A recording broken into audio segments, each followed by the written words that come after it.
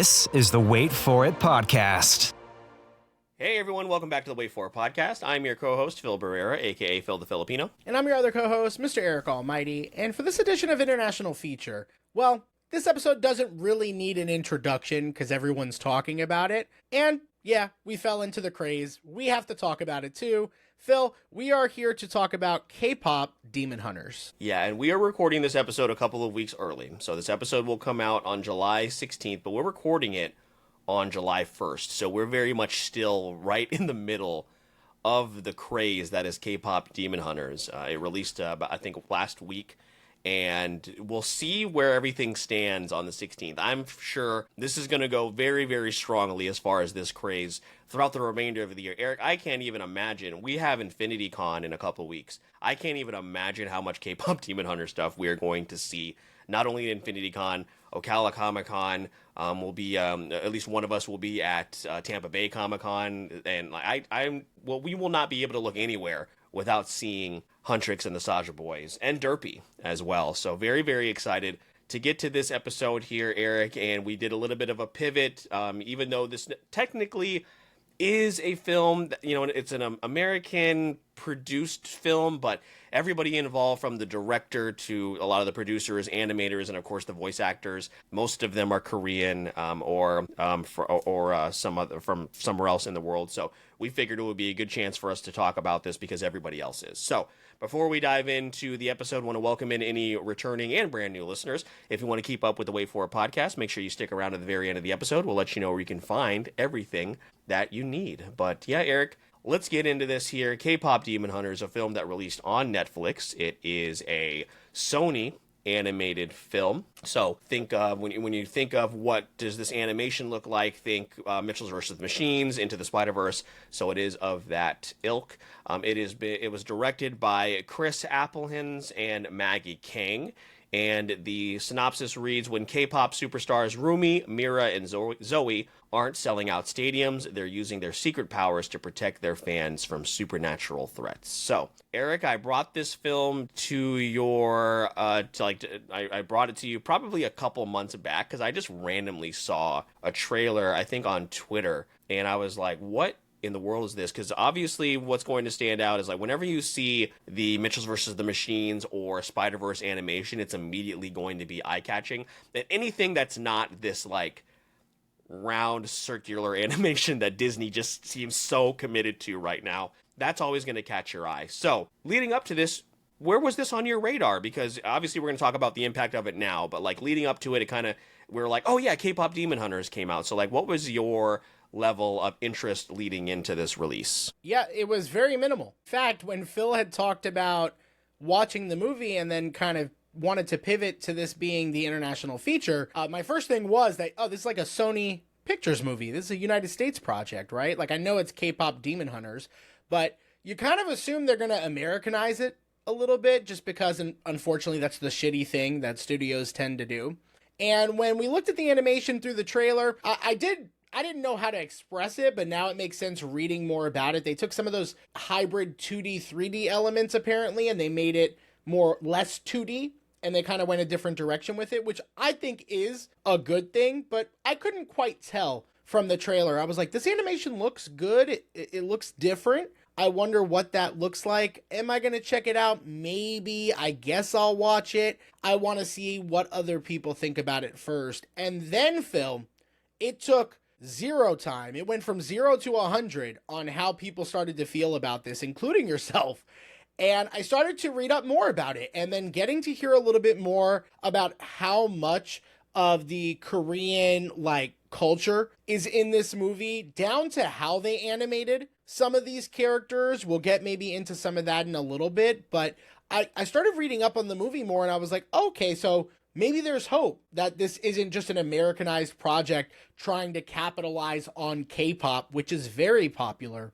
And I pressed play. I wasn't reluctant. I was like, I'm going to give this a real shot. And I walked away loving the film. I stayed away from the film and thought about it. And then it just kept getting thrown in my face. And here we are, Phil, to say, today, I love it even more than I did when I watched it the first time. Yeah, I think in our friend group, I was the first person to jump into it because it was just one of those nights where I was just hanging out, and I think I probably was playing like a game on one screen. I was like, oh, I forgot that this released. Let me go ahead and check it out. And immediately, we are obviously big fans of pop music in general. We aren't necessarily completely invested in the K-pop side of things, but there is a specific sound that always catches our ear, and it's pretty consistent. It's been pretty consistent throughout our entire friendship. We're pretty simple beings when it comes to it. So that, of course, with that being like one of the first things you see, you get the backstory. You get the traditional backstory. You get to meet the characters. They got really cool designs. And then you jump into the music and you're like, okay, maybe we're cooking here. Let's see where this goes. You get a lot more lore drop. And, we'll talk about the music here in just a moment. And from what I have seen from people that I have introduced this to, they're pretty bought in by the time Golden comes up. But when Soda Pop comes on, that is when a lot of people are like, they like perk up. They're like, oh, which is probably a pretty bad sign in case demons ever came to Earth to try to take over as a boy band. We're really easy. Not great.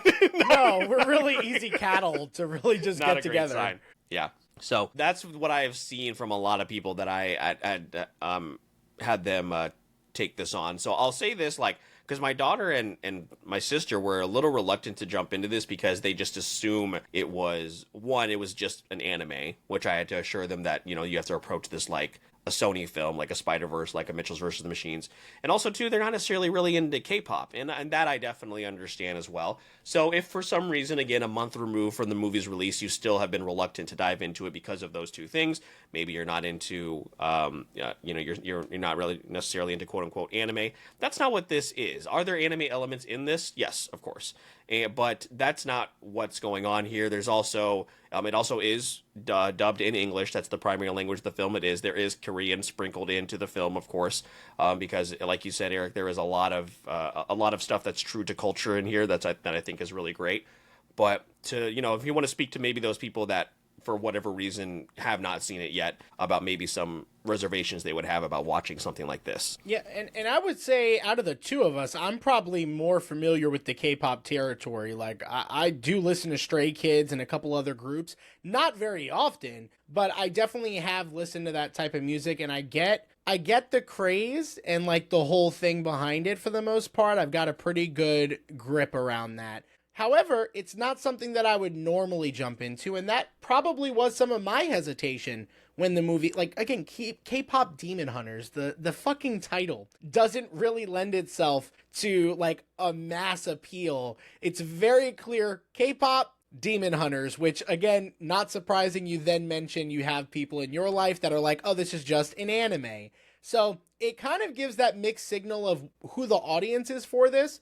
But there's so much going behind this movie other than just catchy music that I think really helps. Now, is it strong in every area? We will discuss that. And I think I might be a little bit more harsh on certain story or plot points than you are. But I think what people need to understand when they're coming into this film, yes, there's K-pop. Yes, there's demon hunters and demon slaying happening. But there's a lot more heart to this film. And I really think at the end of the day, that's what people can relate with. Even if they're not a fan of the genre or K-pop itself, I think you can really get behind a movie like this. And it does help that the music is catchy as hell. So, like, it is, when you get to Golden, you're pretty much like, oh, so the music's going to slap the whole time. That's great. And then you get to Soda Pop and you're just like, shouldn't enjoy this. Just like the characters, shouldn't enjoy this. But those shoulders are moving, man. Those shoulders are moving. Hey, the Saja Boys need us, right? So, like, who are we to turn down? Who are we? The Saja Boys. Yeah. So, yeah, that's another thing is, when we're talking about those characters as well, like, the characters are all just so very lovable, not only when it comes to Huntrix, but also, the big star of this is Jinu. I think he's probably coming away, on top, probably between him and Rumi as far as the two. Well, actually, it might be Derpy, which we haven't even touched on yet. I was going to say, Jinu is crazy considering his backstory, which we will, right, because this movie is fresh, very, very fresh, yes, off of this episode. We will have a spoiler-centric section for those of you guys that do not want to be spoiled. But Yeah, kind of crazy considering his backstory for sure. Mm-hmm.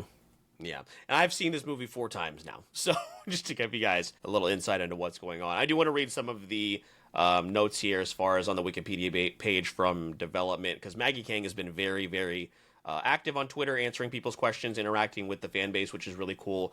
She said it was conceived by her to make a film set in Korean culture.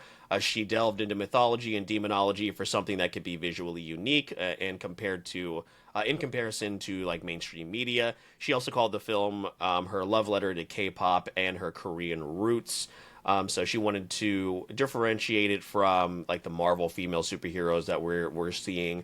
She wanted to, and I've seen a lot of women talk about this here on social media as well, really making sure that like it showed that these main characters like in like a natural element. So barefaced, no makeup, just being with their friends and being with their with their female relationships and sitting in those things are really, really important. So, and from what I've seen and the as far as reception on that end, she has nailed that. So that has been really, really cool to see. So yeah, you don't necessarily need to be a fan of those specific things, because I think this will draw in quite a few people. But when we talk about, I guess we'll go back to some of those characters, Eric. So who do you have as some of your favorites? Are we Team Huntrix? Did you jump over to the Saja Boys? Who's your vote going for when it comes to the Idol Awards? Where were you leaning?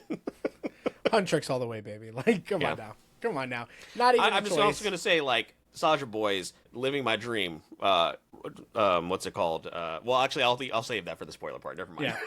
Yeah. I was like, where you go with this? Yeah, never mind. Yeah, I'll say out of them, obviously they did a really good job fleshing out, the 3 characters. Specific, obviously the movie's about Rumi, so the main character, but fleshing out Mira and Zoey. I think they did a good job with that. With the Saja Boys, like they're cute, they're fun, but like it's Genu, and then there's the rest of them. Like in my opinion, there wasn't a lot of fleshing out there when it came to those characters. Maybe. Who knows? Maybe that happens in the future. We'll talk about like the future of this franchise, what that could look like, and what we'd want to see in the spoiler section. But yeah, I just think that all 3 of the vocalists for the main group, our main characters of the story in Huntrix, they were handled really well, and they were really the focus of the film. Like their friendship together, their personalities, how they bounced off of one another. That was extremely crucial for the ending song, which hits like a ton of bricks, in my opinion. So I got to go with my girls. Yeah, they are great. We get, obviously the most about Rumi, but they sprinkle in just enough about Zoey and Mira to make you believe that this is a true, like, lived-in friendship. And you really get the idea as well with the stuff that they sprinkle in as far as their backstories, that they really, all 3 of them have benefited so much from being in this group and getting to be themselves. Also, let's shout out Bobby, who never became, like, a stereotypical character as far as their manager. Just somebody who just supported them all the way through and through. Really great character. King Jong, too?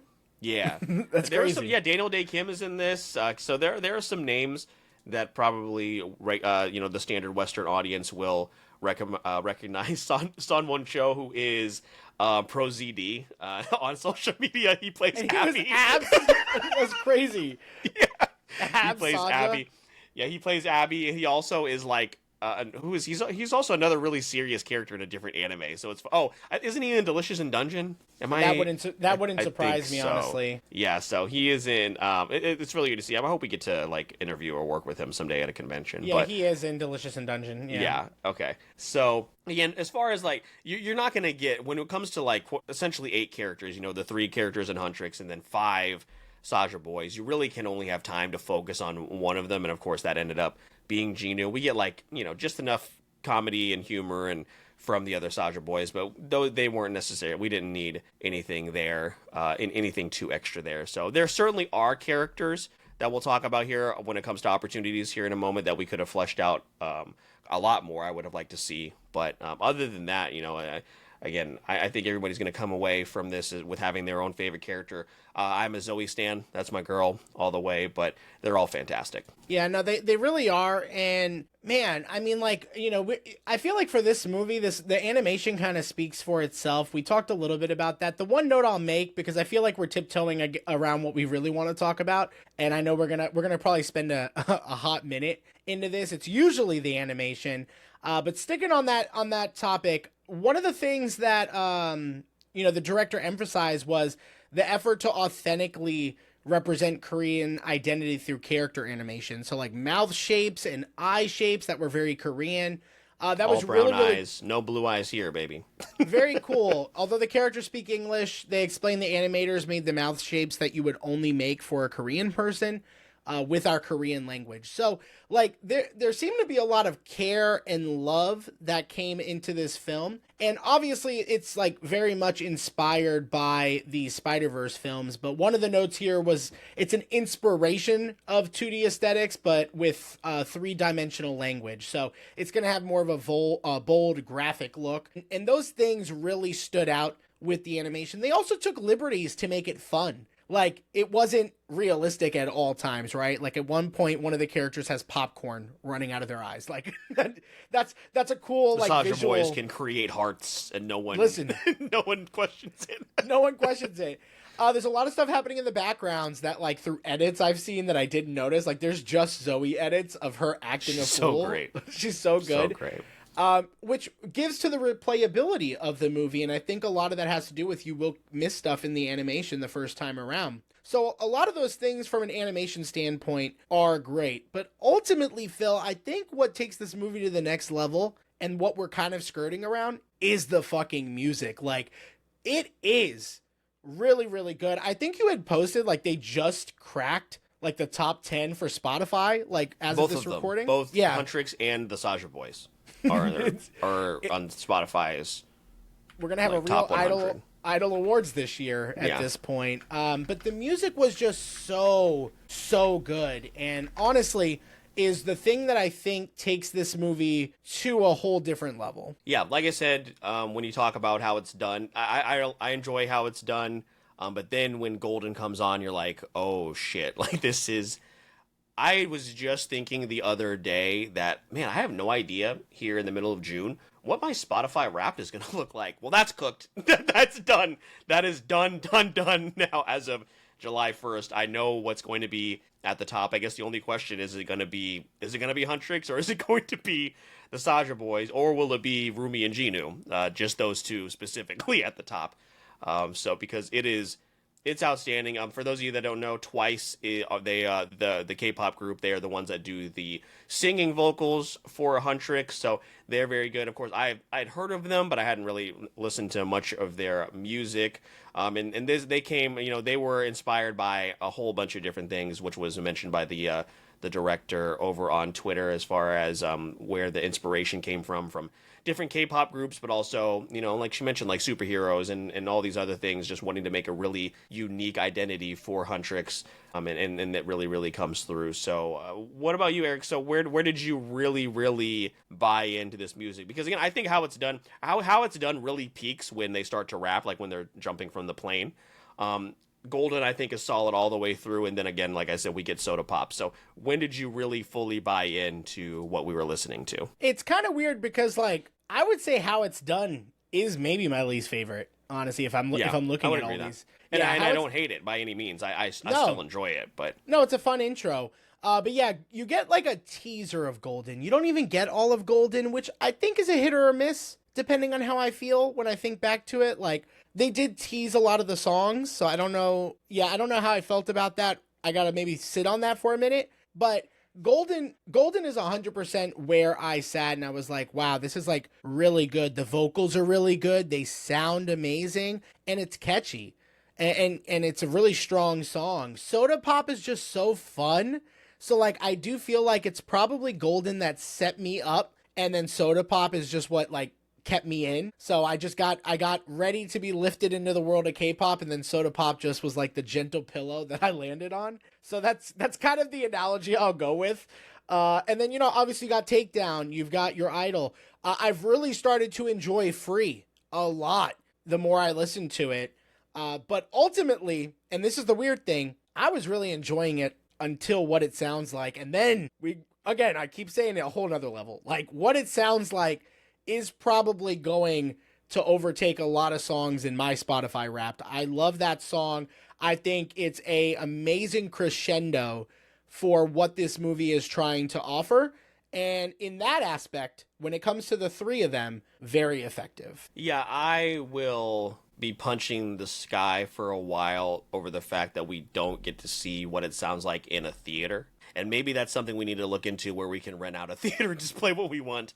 Because I think this would have been so much... It's a very cliched thing to say. We say it all the time. I think this would have been so much fun to see in a theater. Even if you wanted to make it like a whole production, like have lights, have the seats rumble or whatever. I think it would have been a whole lot of fun. Ironically, I've also had a lot of Psy show up on my Instagram reels. I'm like, I want that experience. That's what I want to go see. So yeah, I agree with you. What It Sounds Like is at the top for me as well, along with Free. I whenever Genu starts kind of like getting into his flow in that song, I was like, whoa, what's happening? I love Rumi, but then again, when that part starts, I was like, yo, what's happening right now? I also very much love Your Idol. Obviously that's like the next tier down. But yeah, excellent music. And again, we are very easy to please when it comes to that. So how do you feel about Takedown? I think that was actually... my daughter said that was her least... Actually, Takedown was her least favorite. I think it comes down to I think why I like What It Sounds Like in Golden so much more is that they're so different from how it's done in Takedown. I think if you like K-pop, like you listen to it often, you probably like those two songs more than the average person, if I was to guess. Because I think Golden and What It Sounds Like have a little bit more broad appeal. Also, I think they're just stronger from like character perspectives. Like, I know the lyrics are a little on the nose, but it's okay sometimes. Like, this is where Disney and some of these other companies need to take a note when it comes to like, not only strong female characters, but characters in general. When they're like singing a song about a situation, it can be on the nose with the lyrics, but there has to be like real genuine emotion behind that. And there needs to be a build up for some of that. And where I think it kind of works for, this is what I mentioned about earlier. They kind of play parts of Golden until they play the actual song later on. It kind of works for Golden because of the theme, but they do the same thing for Takedown. You hear bits and pieces of Takedown before you actually hear Takedown and what it's going to do to the story and how it's implemented, and we'll talk about that in spoilers.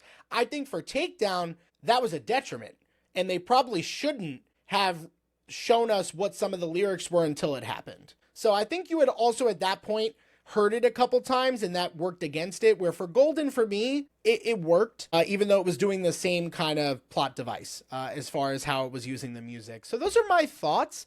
They could be completely off, because again, I'm not a K-pop guy, but I just would, from what I know and what I've heard of K-pop, I think the themes of how it's done in Takedown are probably more for those diehard K-pop fans than the general audience, who has, I think, really gone more towards the Saja Boys, and then those two songs that I mentioned for Huntrix. Yeah. I enjoy Takedown. I do like how they implemented it into the fights, and that's really more so because that is a choice they had made very early on, obviously, with how it's done. So I do think that I probably enjoyed it a little bit more than most people, but yeah, I thought it worked pretty well on the train sequence as well. Maybe just extend it out a little bit longer, but I think that also it plays into Rumi's hesitancy to commit to that song is most likely what is going on there. But yeah, we could gush about this film for quite a while, but it doesn't mean that it's perfect. And even though both of our scores are very high, it doesn't mean that there weren't opportunities. So Eric, is there anything else you want to mention before we head over to that side of the conversation? Yeah, I think it's fair for the spoiler-free side just to know a couple things that I think this movie isn't able to accomplish, unfortunately, due to its runtime. At an hour 40, there is one character by the name of Celine who is not fleshed out at all, but plays a pretty pivotal role towards the end. And we'll talk about this in spoilers, but I thought that was a huge missed opportunity to not really delve into that.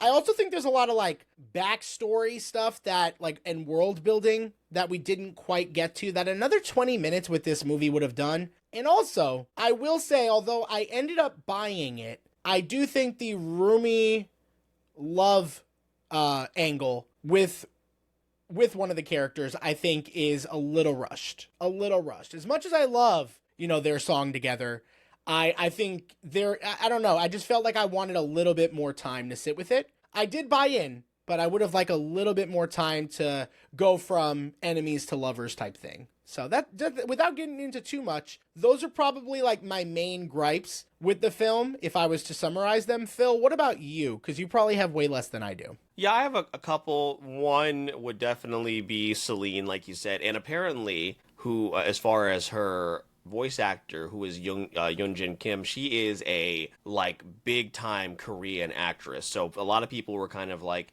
I wouldn't say upset, but like you brought her in and you didn't really give her like a lot of time. So I would definitely say that. For me, how here comes, take a shot. A generational villain can make a film immortal to us. And while such as Puss in Boots: The Last Wish. I just want to make sure. I didn't know where you were going with that. Who has two excellent villains in one film. Which is crazy. So because Gima is not very fleshed out and also pretty boring when it comes to his design compared to everything else in this film, which is fantastical and beautiful and outstanding. Gima is essentially like the dirty bubble in SpongeBob SquarePants.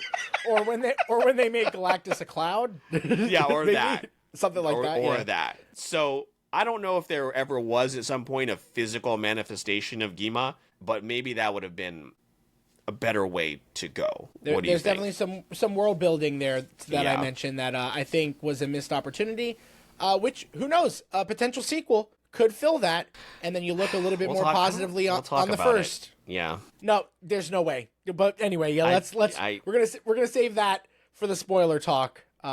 We could go over scores. Okay. Yeah. Let's talk about scores because we still have quite a bit to talk about and discuss. So, when it comes to Rotten Tomatoes, 97% tomato meter score. It doesn't have the certified fresh thing here. I wonder why. That's interesting.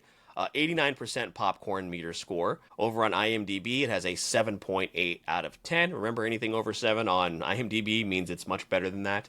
And then when we head over to the Letterboxd, it is holding strong at a 3.7 out of 5. So, after my first watch through of this film, I had given it a 4.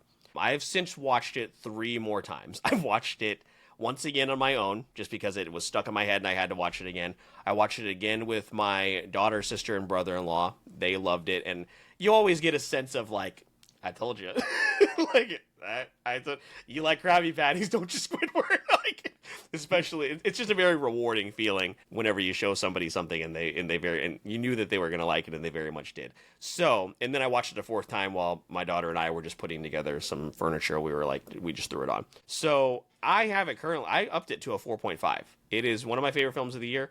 I have to have I'm gonna wait until the end of the year, see how I feel. I probably did it a little too early, but I have to have a discussion with myself if this goes into my top 20 animated films ever, because it's just so much fun. And because it's so much fun, and because the characters are so good, and also the music, I think if you remove the music for sure, then obviously, it's like a straightforward, demon hunting type film. Obviously that removes a lot of it. But when it comes to like how it made me feel and how much I'm still thinking about it now, that's when I'm like, is this like one of my favorites ever? So we'll see. We'll revisit that come end of the year awards and see how things go. Yeah, I have it at a 4.5 right now.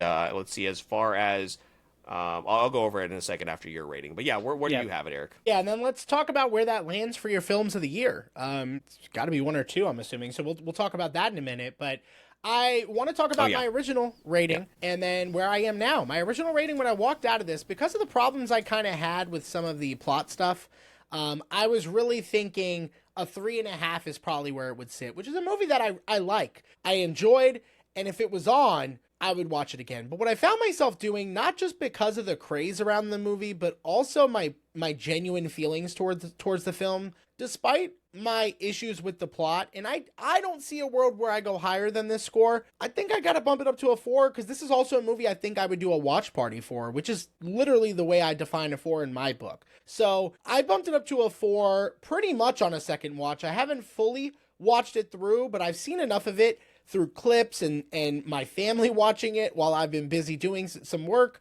and I'm just like, yeah, it's a 4, and I would solidify that on a second watch. I'm happy with that score. I think it could go up if there are sequels that flesh out the world a little bit more, that make that first film feel like a part of something, but just judging it off of one film, what they gave me, a 4 is where I landed, Phil, and I will throw out where it landed for me on both my international feature list and the 2025 films this year. In international feature, I gave this a 4, so it's going to go up to 7 as my highest rated 4, right under a 4.5, which is Hainana at 6, and right above Ultraman Rising. And you know I really loved Ultraman Rising, like slightly. I would honestly say Ultraman Rising. Hopefully we see you again. Oh, it hurts my heart. I don't even want to talk about it, but I will say I thought they were more 1A, 1B, but I do think K-Pop Demon Hunters, because of the music, has just another replayability factor that Ultraman Rising just doesn't. And they're very similar as far as my pain points around plot. For 2025 films, this is the number 5 film out of 18 at the moment, right behind Sinners, Warfare, Neja 2, and Companion, all also listed at a 4. So upon a rewatch, K-Pop Demon Hunters, as of this moment, does have a shot to get to number 1, and I wouldn't be mad if that's where it stayed. I'd love to see a 4.5 or 5 movie this year. I hope that happens, but we're already halfway through the year. I don't know if that's going to happen. I don't know if we're going to get a Godzilla -1 or a Dune Part 2. So, Phil, where did K-Pop Demon Hunters land for you for 2025 films, and again, the international feature list? Yeah, first for international feature, it has skyrocketed to number 4 for me, right behind Banshees of Inisherin and in front of Past Lives, which also both have 4.5s as well. So as far as the company it's keeping, it's right there. Memories of Murder, films like that. So number 4 on the international feature list, and yeah, number 2 right now on my 2025 ranked list, behind Sinners and in front of Companion. You didn't give Sinners a 5? I gave Sinners a 5. No, I know that's not what this is episode about. No, it's okay. It's okay. I am going to rewatch it. I do believe it. I do believe on a rewatch it could be a 4.5. It's the vampire stuff, man. The vampire stuff is the least interesting thing about that film, and it's not a problem. No, listen, I might feel differently. Yeah. It's not a problem. I'm just saying, to me, it was the least interesting thing about the film, and when it takes that turn, I dipped a toe out. I was like, I'm still in it, but a toe did come out, and I have to acknowledge that with a 4. I think upon a rewatch, it could vault to a 4.5. But yeah, I don't believe it's going to get to a 5. I would have to feel significantly different, and we're talking minimal. If it gets to a 4.5, there's very minimal gripes that I'll be able to solidify a little bit more on that rewatch. But again, one of my favorite films of the year. Loved it, and I do want to rewatch it. And when I say I want, I will be rewatching it to solidify that score. So I am giving it a commitment I don't always give movies, which is that second watch through, because I really think it's probably a 4.5. Yeah, and you know me with that supernatural stuff, that has me bought in. So 3 of my top 5 films are animated.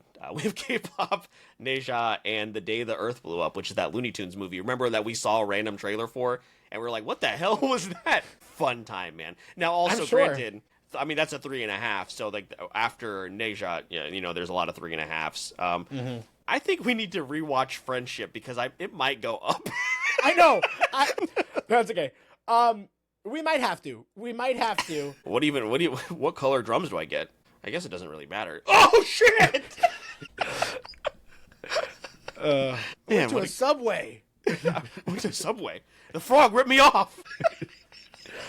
We probably need to rewatch. Yeah, we probably need to rewatch that.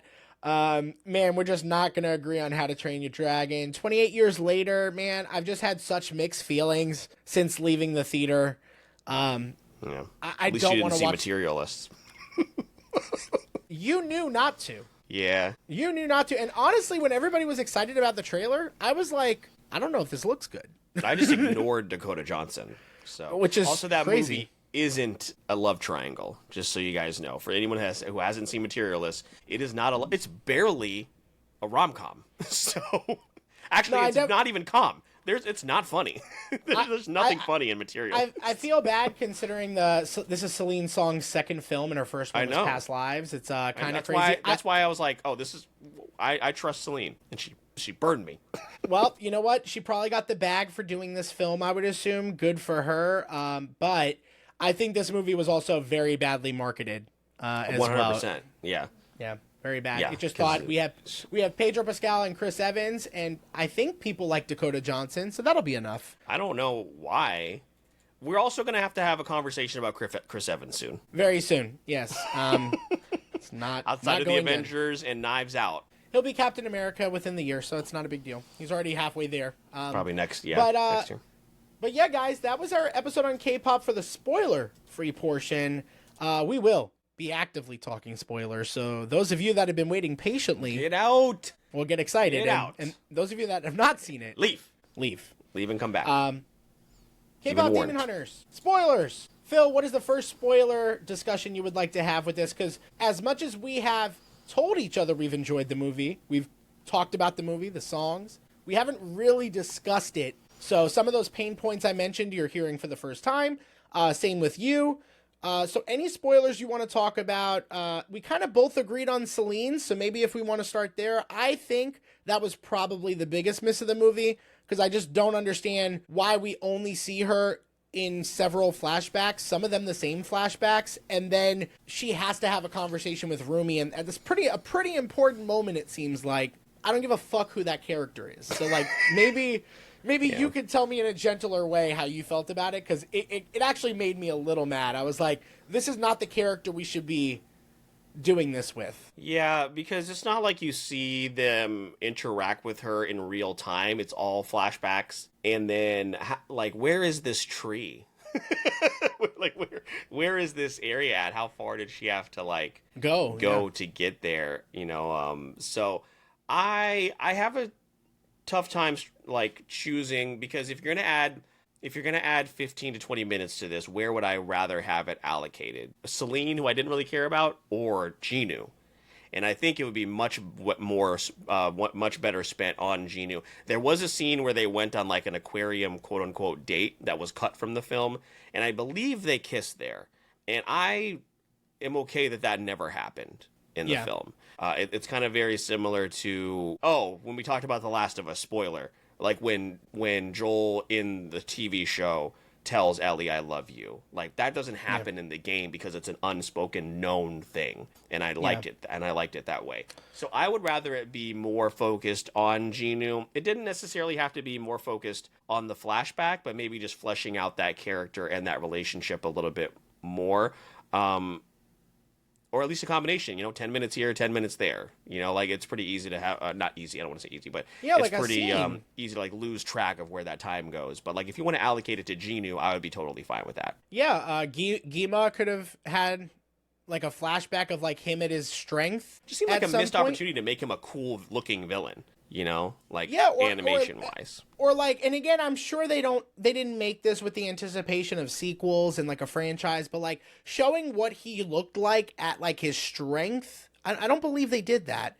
That would have been really cool to see that he has like this like look, like, Voldemort is the back of some guy's head and then he's just talked about until he shows up and fucks shit up, and he looks cool as hell. Something like that, where like we could have gotten an idea too, earlier in the year. Like there were cool designs in Neja. So. It would have been cool. So that was my main gripe. I don't think I would have wanted to see a kiss, but a date maybe could have helped with the Rumi stuff and the relationship. With Genu, I have the biggest issue with like I like the twist that he gave up on his family, but when they did it, we just kind of kept moving along, and I would have liked to know, like, why do we want to redeem this character? Like, that's a pretty shitty thing to do. We kind of gloss over that because we like him so much, and I guess that's not inherently bad, because, again, I fell for it. But, like, yeah, he abandoned his family selfishly, and it didn't seem like he had to do that. And I know he's suffering for that decision, and that's why he's doing all of this. But is that enough to forgive someone? I don't know. I feel like there was a little bit of a gray area there that we didn't really explore that I would have found to be more interesting to explore. Obviously, I'm wrong, because we all forgave him and we want him back. But yeah. Again, what the fuck am I even saying? Well, he's hot. So what does it matter? He can do anything. He can sing his fucking ass off, man. And dance.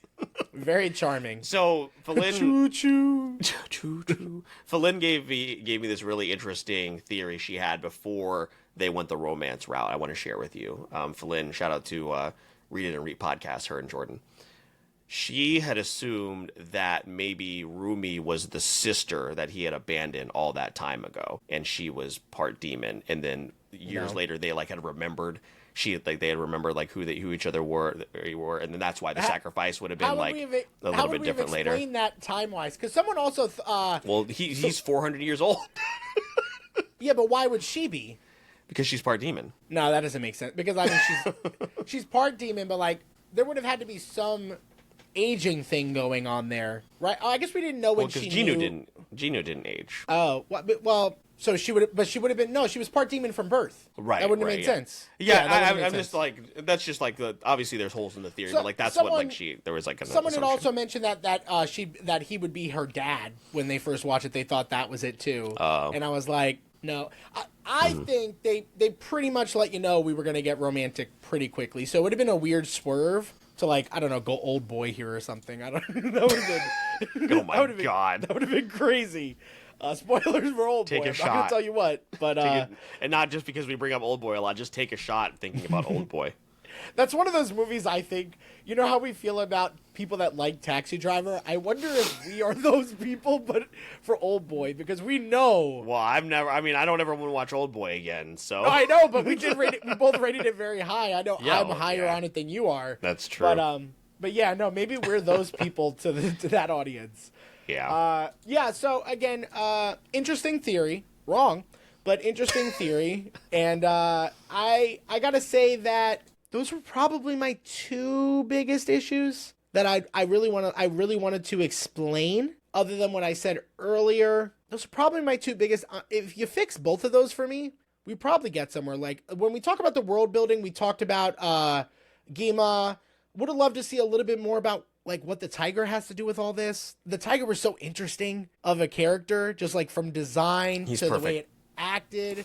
He's perfect. I would have loved more of that, and the Raven, Crow, I think, yeah. Crow. Would have liked to know a little bit more about. Why does the crow wear a little hat? I made it for the tiger, but the bird keeps taking it. I would have liked a little bit more of them to be in it as well. So, and then again, just a little bit more information about the lore and some of these things. Again, they wanted to keep some of the mystery aspect there. That's perfectly fine. I think this movie lends itself pretty nicely to a sequel, without necessarily having to do that. But I think they've definitely opened the door. So I want to know where your thoughts, unless you have any other things you wanted to talk about from a spoiler perspective. We did just talk about negatives. If there was anything from a positive you wanted to throw out there, I mean, again, What It Sounds Like's fantastic. That movie, that song makes me want to cry. Yeah, again, like you said, crescendo is such, that's just the best way to explain it. Because again, I wish so bad that we could have seen that in theaters. And there is, again, take a shot, because that whole ending sequence in Puss in Boots: The Last Wish is so good. And if you would just, if Guimond is a little bit more menacing and he's not just smoke and fire, then I think this elevates it for me to a 5. But but also because combining that with the music, which is also outstanding, and them coming together, and then you get in the beat drop and stuff. I've seen DJs playing this in the club and stuff. It's outstanding. So good. I cannot wait to see where this goes. So I don't want a sequel to this with these same characters, because I don't want Sony or somebody to come in, or some executive to be like, you got to bring Genu back. This is a really bad example, but remember when in Wonder Woman 84 they just brought Chris Pine back for no fucking reason, just to have Chris Pine in the movie? Obviously, This is totally different, but it's why you're gonna make him some Force ghost? I don't want it. No, I don't this want movie. it. No, I'm gonna push back there, because that's a horrible example for a fucking awful movie. I can't believe you're making me think about that movie right now. We rented the theater for it. We paid a lot of money to see it. Stop. saying that. Don't tell people that happened. It was the only time we did it during the pandemic. What are those, like, really quick pivot. What are those, like, regretful? There's a couple. We went to see Bruno at Midnight. We don't like to tell people that. I do believe the worst movie I've ever seen. I think so. I do think to this day, I did give it, I think, my only half star. I think it's the only half star movie I've issued on Letterboxd. Our other regret, that's another regret, Wonder Woman 84, rented out a theater for that. What are those other, like, shameful regrets that we have that we don't tell people? I mean, obviously, I have, like, I bought Back for Blood for $100. Yeah. I feel like on the spot we can't think of too many, but they're definitely we could definitely do few. like a full Patreon exclusive episode about it. I'm sure I know I have a lot of purchases that are regretful. Super bad. Yeah, in terms of, like, I can't think of any other. Those are the two cinematic experiences where we're like, why did we do that? At very different times in our lives too. One where we should have been way more responsible at the Wonder Woman part. Yeah, and the Bruno thing, you could kind of like serve that up to us being young. We had just seen Borat. We had just seen Borat for the first time, so we were like, oh yeah. And it was around the spinning dick that I was like, this is like the same movie.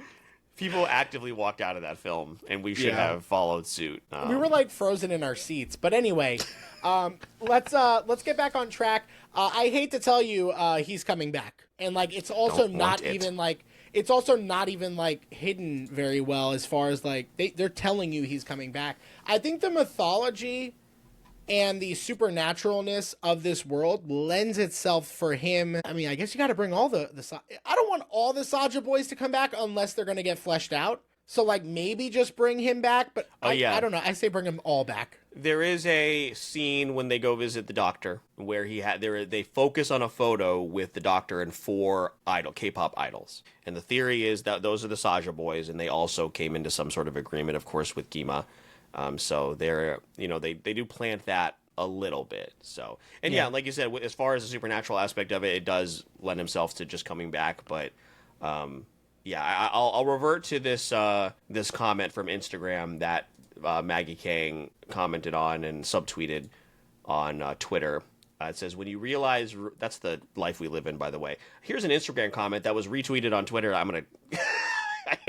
We're living a simulation. The comment says, when you realize Rumi was probably, talking about Genu, was probably his first, last, and greatest love. She was the only thing that made him realize he could be selfless. His guilt and shame for being selfish punished him for 400 years. His death wasn't just his freedom. For the first time in his life, he got the chance to be selfless. He sacrificed himself to save her and the world. He saved the world without the soul that he thought was his greatest misery. He's finally free, and she was his freedom. Yeah. And then she commented, "Did they write our movie?"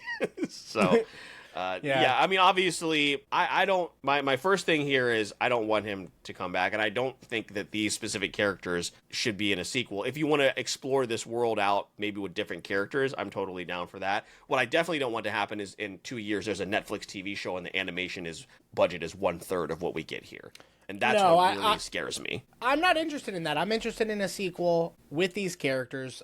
I think that it's ripe for the taking. I think they can make it work. I think there's more to tell in this story. I think they left it up. I want to see more of these characters. I don't know that you can have a K-pop Demon Hunters movie where you like spin off to a new set of K-pop artists without acknowledging the other K-pop artists within that world. You know what I'm saying? It'd just be like a Charlie's Angels kind of thing where there's new characters every once in a while. Yeah, maybe, but I just don't think there's the same type of money in that.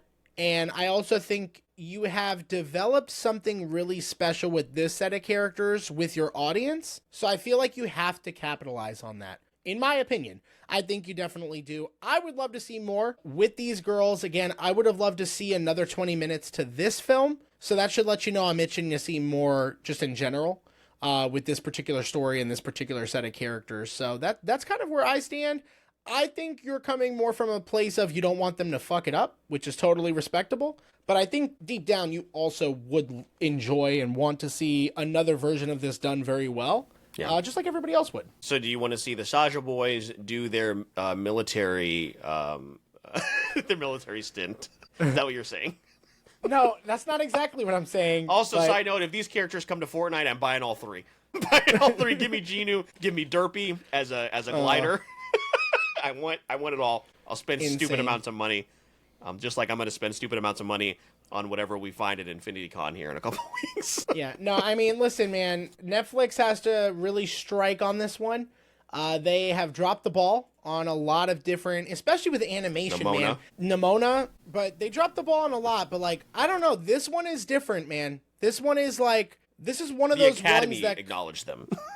Listen, this is one of those movies that comes out for like a Netflix, and it's different. It just hit different. They tend to capitalize on these type of global phenomenon hits where Squid like Game. Again, I enjoyed Stranger Ultraman Things. Rising. Yeah. I enjoyed Ultraman Rising. Not wide appeal there. Again, they basically shadow dropped that on Netflix. It also felt like, I think that was something we said when the episode came out. It did, I think, pretty well, like, but I obviously not, because they're probably not going to do a sequel to that. So it wasn't anywhere near this, obviously. It had a little bit of buzz. This movie, I mean, the whole world is talking about it, it feels like. So Netflix typically capitalizes on those, and I think they're going to do that here, just because, again, it's, I'm going to assume safely, a moneymaker for them, and at the end of the day, that's their bottom line, so... They got to release this thing in theaters, man. They got to do a theater run, a theatrical run I agree. with this. Maybe over the holidays to get people talking about it again. I think it would be a really, really smart idea. Although, when does the Demon Hunter movie come out? I mean, Demon Slayer. Demon Slayer is within the next couple months here. Okay. So I wouldn't want to compete with Demon Slayer. I need to do a video on that, because that fucking trailer, dude. Holy shit, that I movie's started gonna watching. make I so was much like, oh, I can't fucking watch money. Dude, this movie's gonna make so much money. I mean, you could. I mean, it's just gonna give you an idea of who's going to be fighting in the movie. You also don't really know what's happening, actually. No, I don't. I think you don't even know why they're there. Yeah, because I accidentally started watching season 5. I was like, who the fuck are these people? So, anyway, but one of the funniest things I saw, because, again, the Academy tweeted about this, and somebody subtweeted and was like, oh, we found a movie that the Academy watched. Great.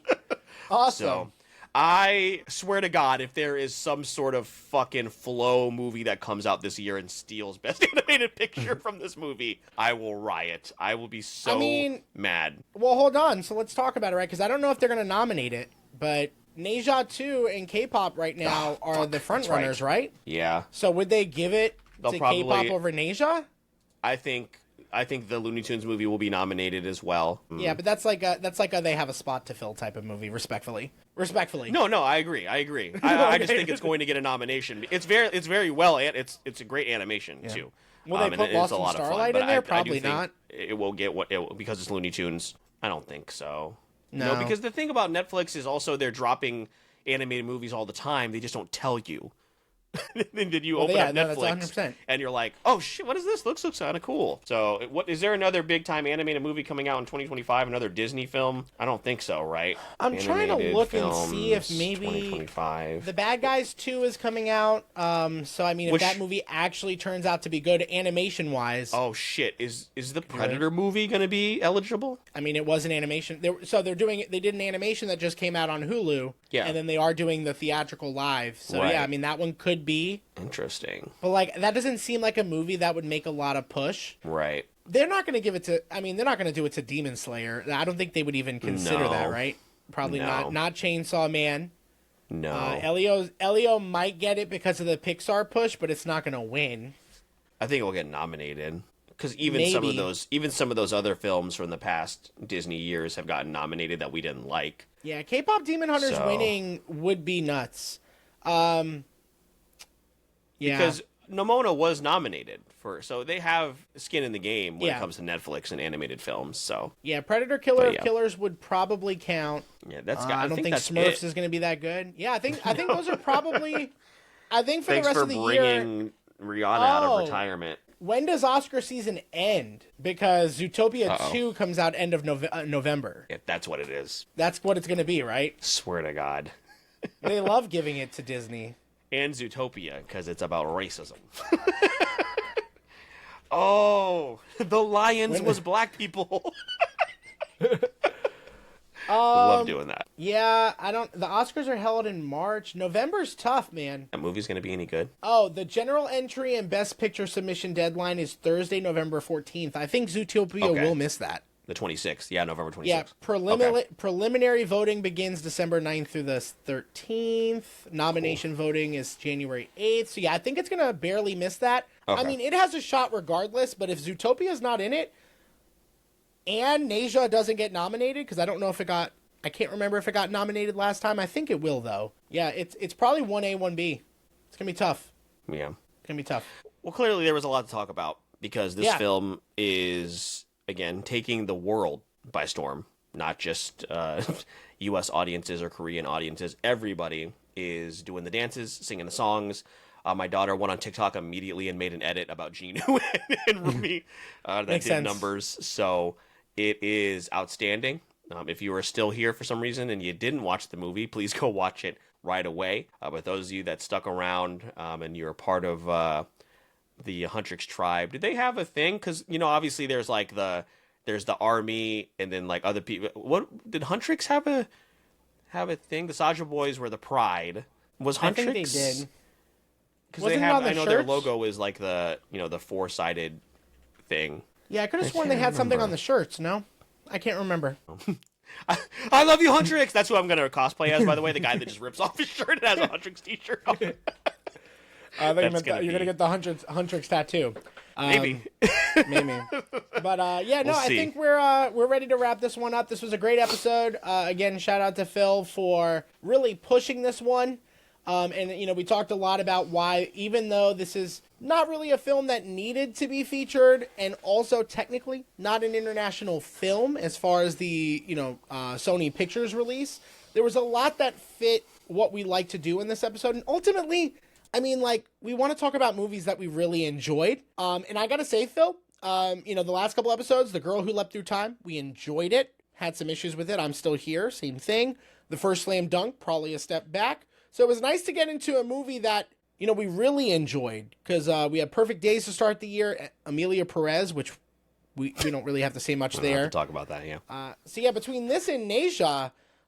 these have been like the highlights of the year. And I'm glad that we were able to feature them on the podcast. Because again, we were going to talk about it anyway. And for those of you that for some reason didn't watch it, it was also for you too, to understand, like, if you trust our take on this, you're missing out. Like, you really should check out this movie, and it's not one to miss. Yeah, 100%. It's every once in a while, Netflix reminds you why you're paying $30 for one screen.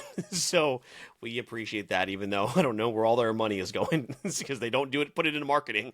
That is for damn sure. So if you enjoyed this episode, if you're new, or if you just need a reminder as to where to find everything you need, Wait For It podcast related, it will be in the Linktree link in the show notes of this and every single episode. We release episodes every single week, so there's plenty of stuff for you to go back and binge. We are a very bingeable show. I will say that. We talked about that a couple of days ago. Very bingeable show, so we have a lot of fun over here. If you want to keep up with us over on social media, Instagram, TikTok, our growing Discord community, as well as over on Twitch, where we are streaming quite a bit, and we'll be continuing to do so throughout the entire year. So make sure you check us out over there. Also, make sure to follow our personal pages for myself as well as Eric.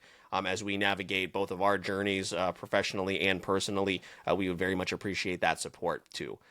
But if you maybe find yourself wanting to get some more Wait For It podcast, if you want the episodes super early, and if you want an idea of what episodes are going to come in the future way early, Eric will let you know how you can get access to all of that before wrapping us up. Yeah, so you are able to join our Patreon.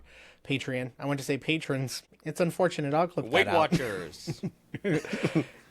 Yeah, so you could join our Patreon, where patrons of the show, Briar, T3 Cato, Vintage Macaroni, Corey from The World Is My Burrito, and Nick Casbaro, the author of the Vitalarium series, are supporting us each month, and in return, getting some of those exclusive perks that you can only get on that platform through us. We're really excited to continue to build that platform. As we've mentioned multiple times at the end of each episode, it's great if you support us there, but if you're unable to, all the free stuff really goes a long way, and we really appreciate it. We also appreciate you listening to the end of this episode, but it is the end, and with all that being said, my name is Mr. Eric Almighty. That is my co-host, Phil the Filipino. And please don't forget, we release new episodes for the podcast every Wednesday. And all you got to do is wait for it.